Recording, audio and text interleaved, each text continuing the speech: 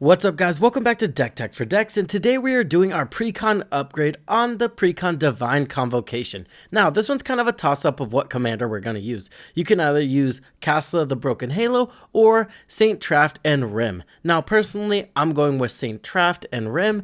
That way we can get those creature tokens to cast our Convoke spells. Additionally, they come down a little bit earlier, even though, you know, Kasla has Convoke, but I could see an argument for either. But for this deck tech, we're definitely going with Saint Traft and Rim. Now, all we have to do is cast 2 Convoke spells to get that Angel because he can still attack and he's kind of got a big butt. So we can go ahead, 2 Convoke spells, attack with him, and we're going to get that 4/4 Angel and add 6 power to the board, which can be very beneficial over the course of a game. So let's get into these Precon upgrades that I think are really going to flesh out this commander. Halo Hopper. This one's super solid, just cheap, has Convoke, and it's going to set off our commander.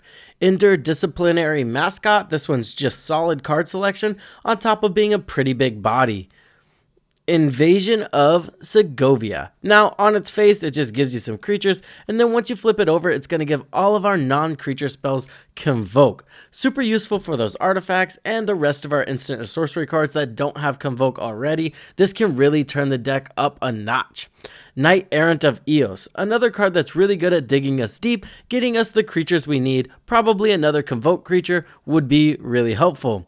Ledev Guardian, another creature with Convoke on it that's not 7 mana. This one, it's just more consistent. We're going to be able to cast it earlier, and that's kind of what we need. We need that early game presence, right? Referee Squad, another super solid Convoke card that comes down early and will start setting off our commander, getting us that board state.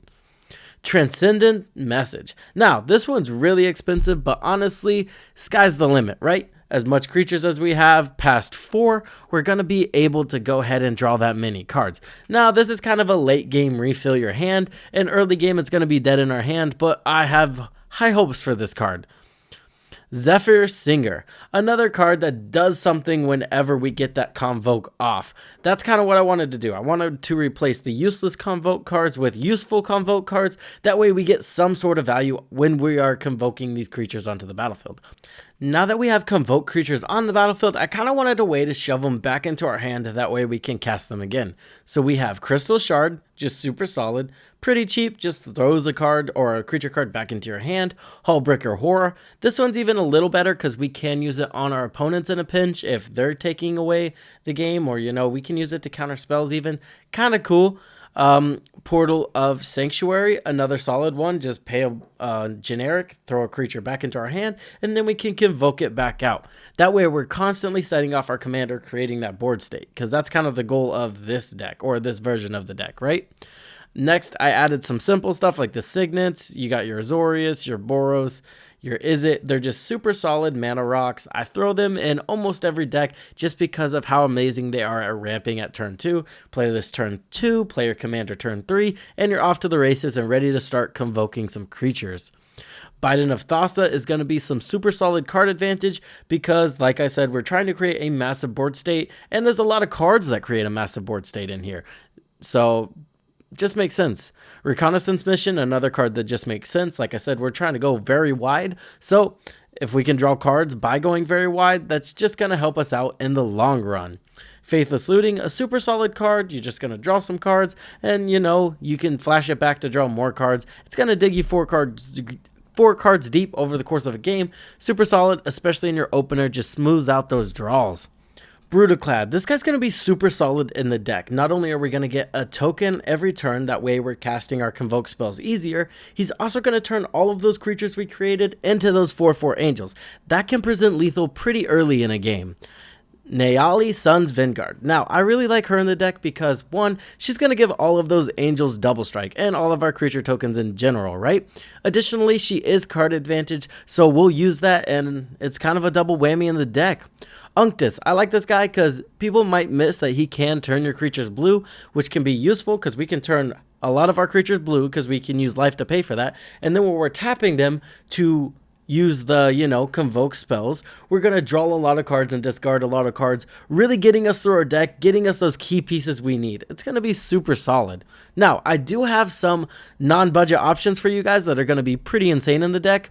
Cathar's Crusade, this one, every time one of those creatures enters the battlefield, is going to buff our whole board up, and honestly, that can get out of control very quickly. And then we have Shared Animosity. Now, a lot of those creatures are going to share creature typings, and now they're just going to get buffed up whenever they attack. Notably, if we do pull off the Brutaclad thing, they're all going to be angels, and then when they attack, they're all going to get +1 equal to the amount of angels we control, and that will really start ending games. But if they're not, like I said, I like Shared Animosity because it doesn't only work for one creature type, which a lot of these, tribal effects work that way, but this one's very flexible and works perfectly in the deck because of that.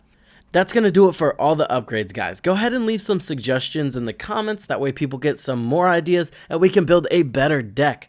All right, guys, I'll be right back with those cuts. Angel of Salvation, Flight of Equinox, and Seraph of the Masses. I cut all of these because of their insane casting costs. Yes, they do have Convoke, but honestly, I'm not trying to spend 8 mana on a 5/4 flyer, you know what I mean? Angel of Finality. Honestly, Graveyard Hate just isn't my thing. If you really need it in your playgroup, go ahead and keep this in, but like I said, it's just not for me. Cloud of Fairies. Now, this enters the battlefield and you can untap 2 lands, so it's basically a free creature, but our commander already creates creatures since I did go with the other option, so we don't need this girl. Goblin Medics and Storm Sculptor. I'm not really a fan of these cards because we're not trying to storm off with those Convoke spells. We're just trying to cast a couple of turns to create a massive board state. Nesting Dovehawk, another one I cut for the bang for buck reason, right? Now this will net you a 4/4 angel every turn because of that populate ability, and it's going to get massive, but honestly, I just want to cast more Convoke spells. Spirited Companion is just a dog that draws you a card when it enters the battlefield, just replacing itself, not really worth it. Suture Priest gains us life, and whenever a creature enters the battlefield under an opponent's control, they lose life, but I'd rather us have that effect like an Impact Trimmers, which we do have. Tetsuku Umezawa. Now this will work for our 1/1s, but honestly we're trying to tap our 1/1s to cast Convoke spells. We're not really trying to get into the red until we can buff our 1/1s up. Rin's Resolve. I just favored the repeatable card advantage like Biden of Thassa and Reconnaissance Mission over this, so that's why I cut it. Chant of Vidu Ghazi. This one, again, super expensive for the effect it gives us. Ethereum Shield.